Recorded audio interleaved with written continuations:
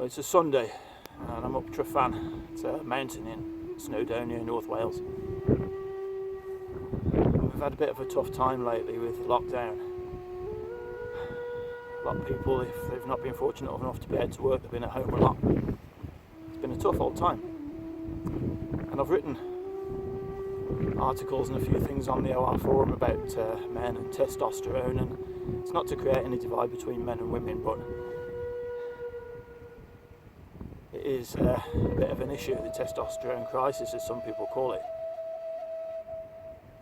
And over the last 100 years, the testosterone levels in men have dropped drastically. A few generations ago, a geriatric man had the same testosterone levels as the average 20-year-old in America. That was the study. And there's lots of reasons we can talk about what's in our water, chemicals, the food we eat, all that sort of thing. But a certain amount of it is lifestyle. And when you live a sedentary lifestyle, doing menial tasks, being indoors a lot,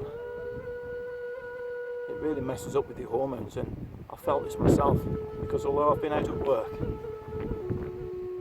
the opportunities for going out and about, doing the things I really like to do, have really been drastically reduced. So today, decided to get out, up into the mountains, walk in the mountains, and a little while ago I did a movie called Meditations on the Peaks, based on Julius Evola's book, or at least inspired by it. And there is definitely a spiritual aspect to climbing mountains. There's no real reason for it other than the fitness aspect, no logical reason.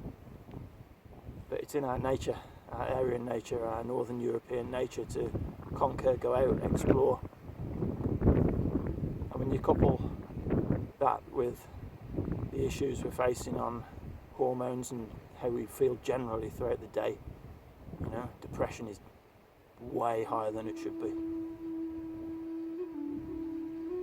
We realise that the way our lifestyles have changed is a massive contributing factor. So what I would suggest is that you do things like this. Get out and do them. Because you might see someone like myself or anyone else up, out, doing these kind of things, and you might make excuses, haven't got the time, or if you're honest, haven't got the motivation. But guess what? I didn't have the motivation to do this today.